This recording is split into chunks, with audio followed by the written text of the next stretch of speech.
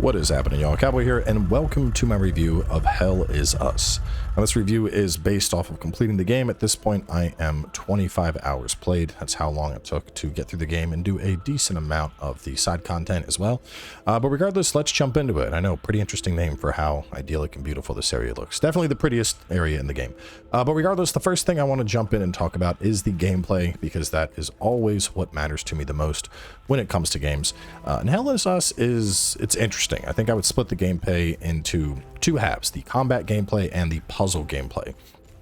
So to start to talk about the combat gameplay, while this game is not a Souls-like, it is very Souls-influenced. What I mean by this is it's stamina-based combat, so as we attack, we're going to expend stamina.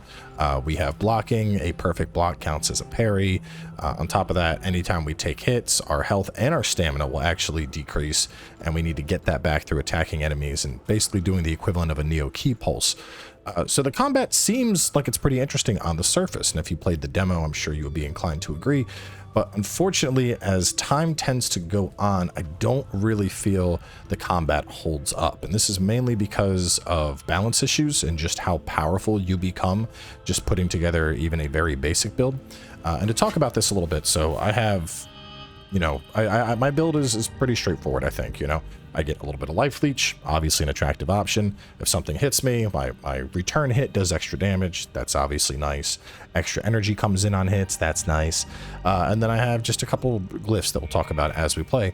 But as I continued to play this game, I found very quickly that I was just completely overpowered to the point where combat, frankly, it stopped providing a challenge. And I think that's problematic.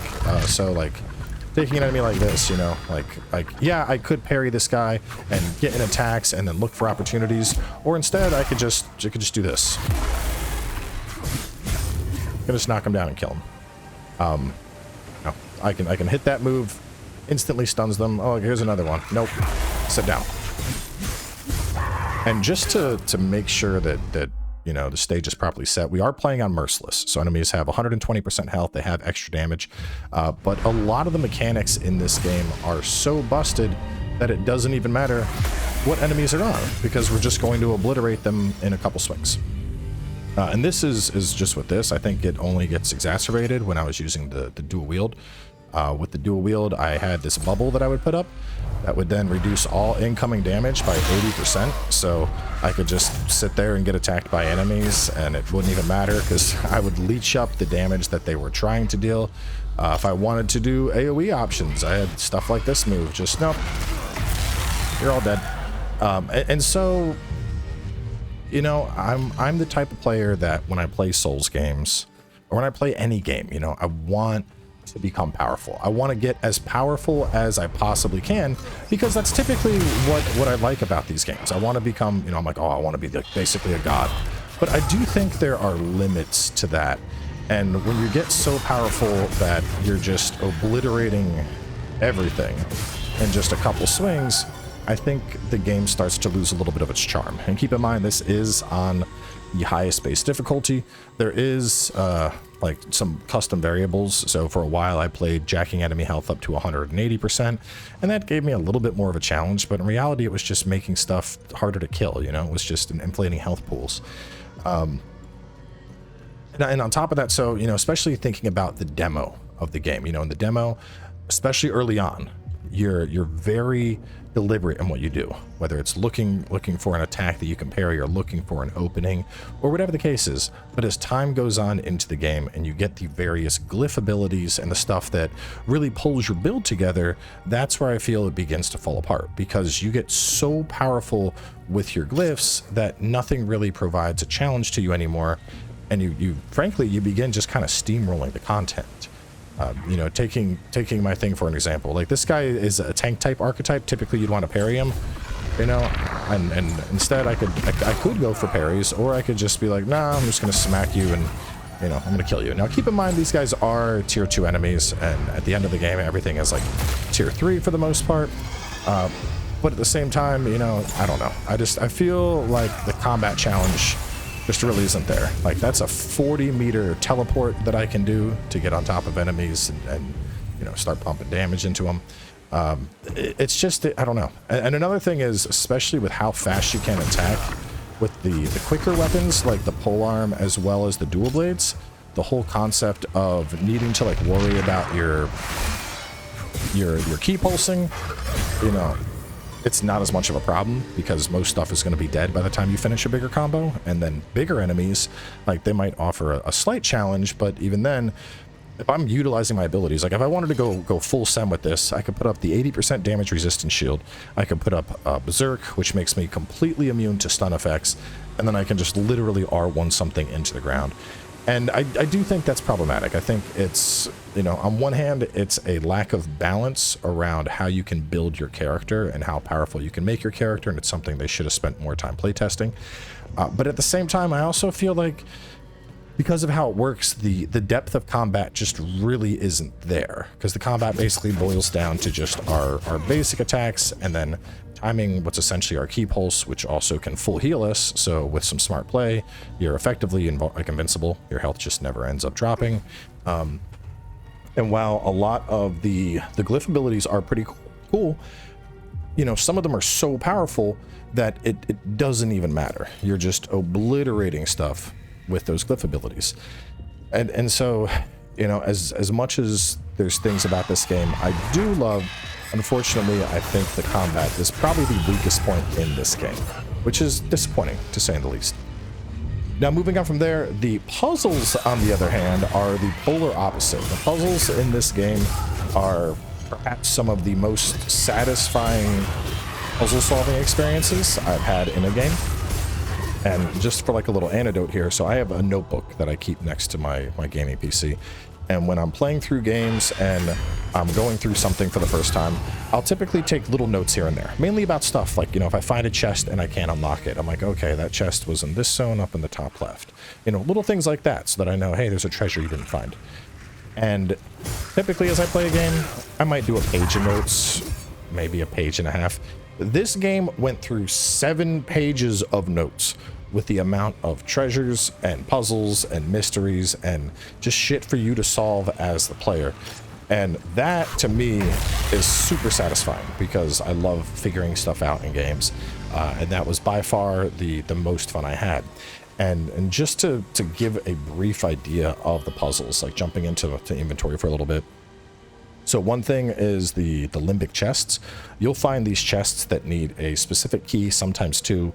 And there are 5 separate limbic keys. We have terror, we have rage, grief, ecstasy, and the neutral. And then on top of that, they could have different symbols here, excuse me. And you need to find the specific key for a specific chest. So as you're playing through, you're recording down where you find chests and what symbol it needed. And then you're like, wait a minute, I found that key. That's for the chest back at the starter zone and stuff like that. It's super, super satisfying. I have these codes right here. No idea what they're for, but there's like E9, L6, Y7, A3, K5, N1. I have no idea where they go to. I never found the person these keys go to. I never found the person the cigarette case or the gas canister goes to.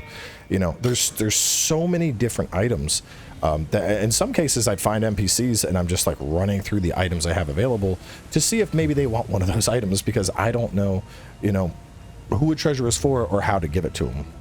Now the downside of this is there are times where you might find something and then after you find it, it turns out like, hey, that NPC that was involved in that quest is already dead. That is not going to matter. A good example of this is like down here. Or here we go. The ministry. I'm done with the ministry, or at least I think I'm done with the ministry. That key is just going to sit here, so I need to archive it myself.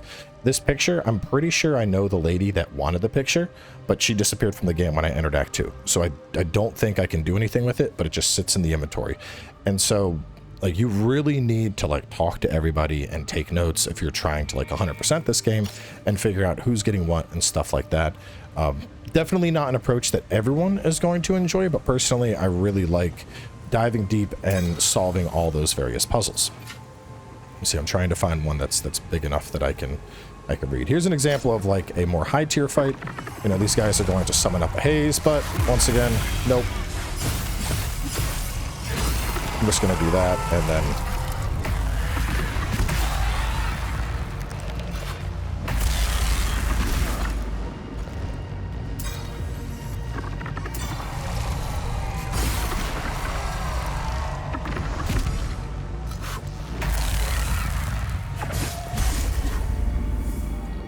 I was even trying to do limbic energy. That guy just blows up.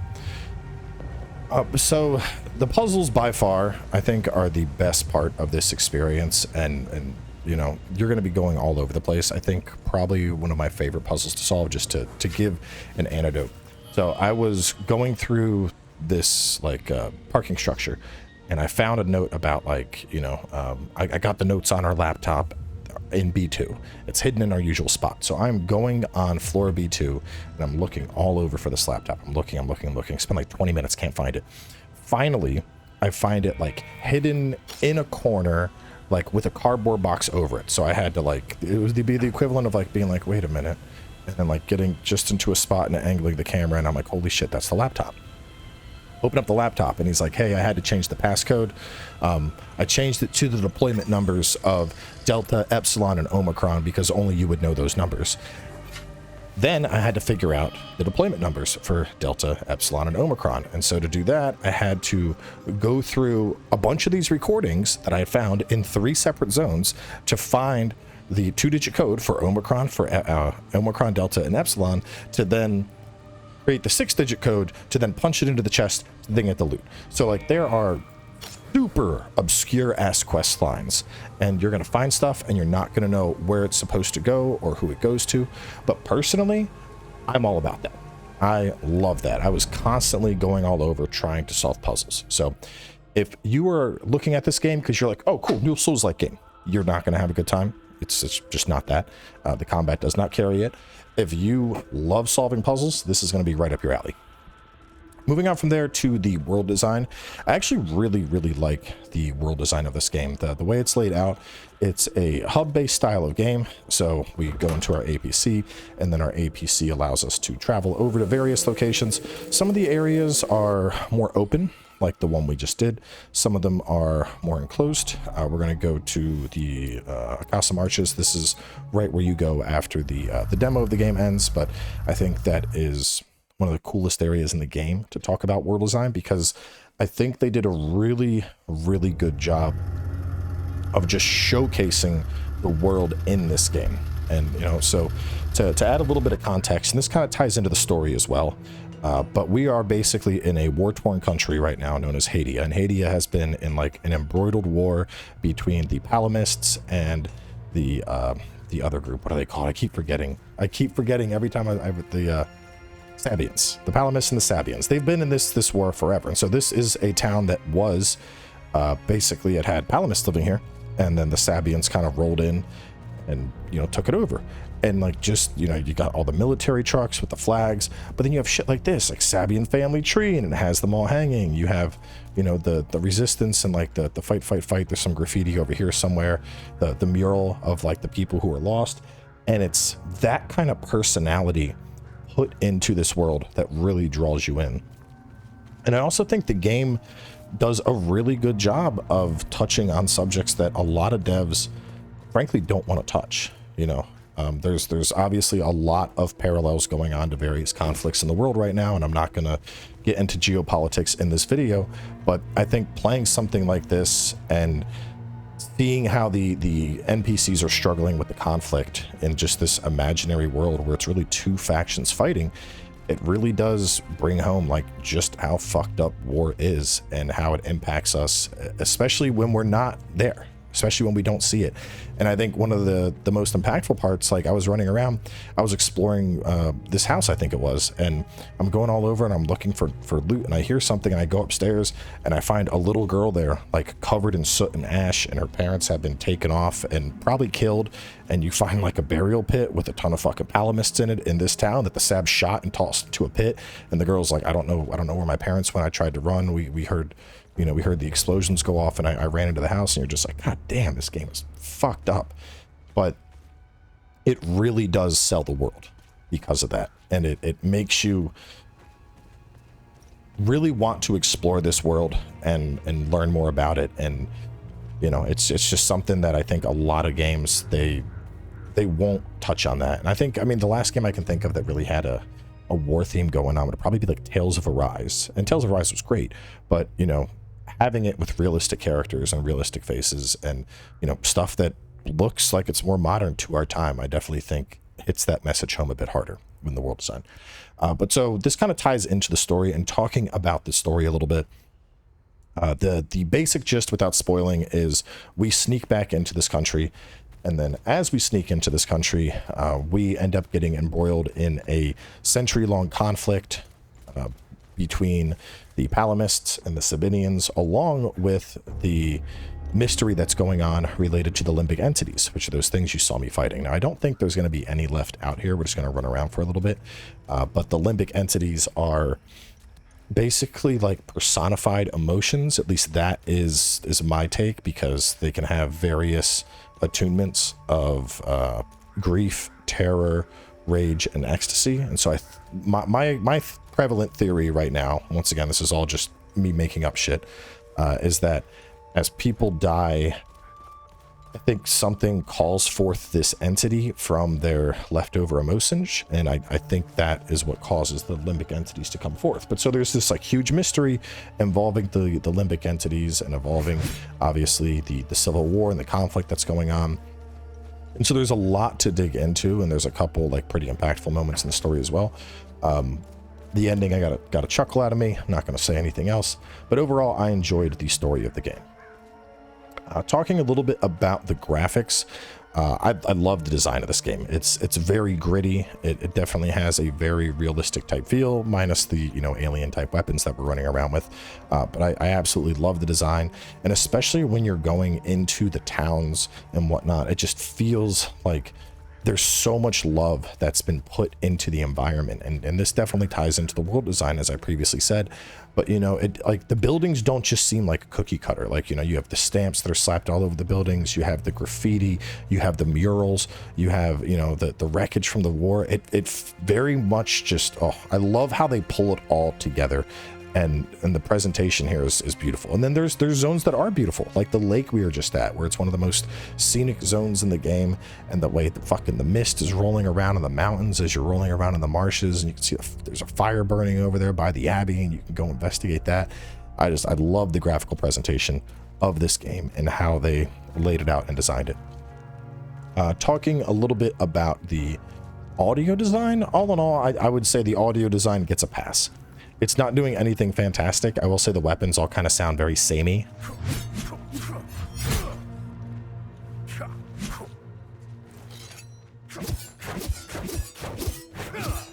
Everything just has a very like swing, swing, swing kind of slicey type sound. And the enemies, especially the limbic entities, there's like some weird sounds with them when you're fighting them. Like, I don't know. It's like they're designed to sound like speakers blowing out. They're like, wah, wah, wah, wah, wah, and you're like, the fuck, just die already. So that part I wasn't too fond of. And that actually ties in. So there's these things in the game you can solve called time loops. And as you kill key limbic entities that are guardians, when you get the last one, the time loop becomes available and you can go inside of it.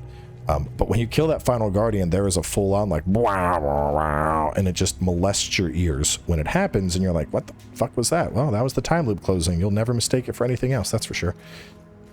In terms of music, couple tracks that kind of stand in memory. There was like a random dubstep during like a boss fight, or house music, or whatever the fuck you want to call it. But otherwise, nothing really notable with the music. There weren't any like crazy tracks that I'm like, holy shit, that was one of the best things I ever heard.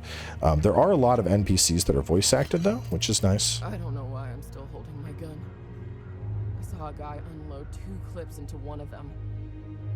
It just kept coming at him like it was nothing. We lost a lot of soldiers putting up these barricades. If they ever decide to storm the town, we're all fucked. But yeah, I think the voice acting is really well done here. I think the NPCs have a decent amount of emotion in their voice. That's probably the best part of the audio design here. But otherwise, it hits the check marks. It's not going to win any awards, but it checks the boxes. Talking a little bit about length and price. So my playthrough clocked in around 25 hours. The dev said a playthrough should take 20 to 30 hours, and then 30 to 40 if you're really trying to solve every treasure. And I would say that's pretty accurate with what my experience is. So, kudos to them for giving an accurate time description, because usually somebody's like, this game takes 20 hours, and then I get it done in like 10. And I'm like, yeah, it does it now. But I mean, 25 hours for $50, honestly, I think that's a pretty good deal. I know some people abide by the 1 hour per dollar of entertainment, but you know, personally, I think $50 for 25 hours of entertainment is a solid bargain for sure. Moving on from length and price, though, to talk about bugs, performance, and other concerns. So, in terms of bugs, there were a couple bugs that definitely stood out to me with the game. Namely, the two big ones I want to mention, which we're going to go over to Sinindra Forest while I do this. One of the first ones is that I had a glyph, which are like those unique abilities that we have. Glyph was supposed to vortex in enemies so that it's supposed to yank enemies into melee range and stun them. The glyph did not do that. Instead, it knocked enemies away. And I'm like, well, this is annoying. But there's a different glyph that's supposed to knock enemies away. And so I think those glyphs got mixed up somehow, which, you know, that's a little bit irritating because I want my shit to work. And I can even show you that right now. I'm pretty sure that's still bugged. And this is the big one. So as I mentioned, I was originally playing the game on a much higher difficulty. I was playing on Merciless, and I'm still on Merciless. When I got to the end of the game on Merciless, I could not kill the final boss. Like, the boss just wouldn't die. I got it down to like 0, and the boss just did not die. And I'm like, what the fuck is going on? Why is this thing not dying? And then let's see. Yeah, see how it yanked his ass away? I don't want to do that. Well, I'll get back to that bug in a second. But so that shot him away. Let's go over to that. What does that say? A vortex of energy drawing all limbic entities into melee range and stunning them upon arrival.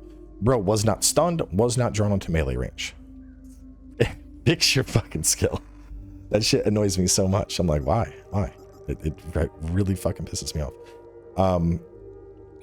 But besides that, so yeah, I got to these bosses at the end of the game, and they just wouldn't fucking die. And then you know, I basically had my playthrough wrapped up there. I'm like, oh well. And then I went to record this review, and originally I recorded this review and I tweaked the health up even higher, and then I went back in to kill the boss. See, you know, maybe it works this time, because they said, oh, sometimes restarts fix that. Forever. Well, it was taking forever because I forgot I jacked HP up to 180%. I'm like, why am I doing this? Let me just fucking knock it down. So I put it down to lenient, which has only 50% health, and the boss suddenly died. I put it back to merciless, the boss would not die. So the bug was that if you were playing on a higher difficulty than normal, where the boss had more than 100% health, it would not take a final blow and die. Now, thankfully, I was able to get past it, but that's a pretty fucking big bug, and I'm hoping they get that shit passed for launch, because that was not a good moment. Besides that, there are some little performance concerns here and there. I think back in the other area, you probably saw a little bit of framiness as I was running around, like looking out towards the landscape. And keep in mind, I am playing this game on a 13900 KS and a 4090. Now, for the most part, the game is super smooth. Like, even like right now, game is beautiful, it's smooth, there's no issues whatsoever. But anytime you get into areas that are very heavy with like particle effects or whatnot, you might see a little frame hiccup here and there. And, you know, I'm okay with that, but I have no idea how this is going to perform on lower end hardware, and it might not be very good if I'm even seeing issues like that with a 4090. Now, obviously, this is without the day one patch, so this is something that may end up getting addressed and fixed up, but regardless, it is a concern that I think folks should have. Besides that, we already talked about this a little bit in the puzzle gameplay, but I feel like if a quest is failed, to where, like that picture I had for the lady, I feel like if there's an instance like that where a quest has been completely failed and, you know, that item isn't going to be used for anything, honestly, I'd rather it just come out of my inventory. I'm all for solving puzzles and trying to figure stuff out, but if I'm in a situation where I just can't do something, like it's, you know, it can't be done anymore, I'd rather just not have that anymore, so I'm not, you know, forever wondering what to do with it. And then if I can find a just something to scan, I can talk about one of my last big grievances. Oh, hang on, there should be something down in the tomb. We'll run back to the tomb and talk about this. And this is more just a personal grievance than anything, but oh no, it's not actually. This is a fucking UI concern. It's a problem. Let me stop downplaying this. So anytime we scan something to read it in the game condenses it all into a very, very small window. And I guess to make an example of this, like imagine you were trying to read a website or an article or something on your phone, but you could only use like the top third of your phone screen. It's basically that. So we're going to go into this vault. There should be something in here that I can probably scan to interact with. God, I don't know if there is. There's really nothing. But basically, anytime, let me just run outside. I'll fucking go up top and scan something. Anytime that you scan something with your drone, if it pulls up a thing for you to read, you know, you're vertically scrolling through this dinky ass box, and it makes no sense because a ton of your screen space is just being wasted. And I'm like, why did they do this? Like, I'm trying to think where we can go that I can quickly scan something real fast. Let's see, what would be a good zone to get a scanning in? We'll hop over to the Visa Hills. That's another early area. I don't mind showing off the early areas because this is all stuff you're going to do within like the opening like 5 hours of the game. I'd rather show stuff like that off rather than the late game type content. Let's see if we can't get something here. Yeah, I think the mouth of the snake has one, so we can go on over there. A little bit of a run, but that'll work for the purposes. But so yeah, that's the UI concern. That's definitely something I really hope they patch that. There's no reason for it, and you know, my day job is UI. I deal with these issues on a regular basis, and so seeing such a grievous example of it in a game, I'm like, how did y'all fuck this up? Like, this is, you know, like clearly nobody involved in usability looked at this and thought it over before they decided to implement it. But so when we scan something, here we go.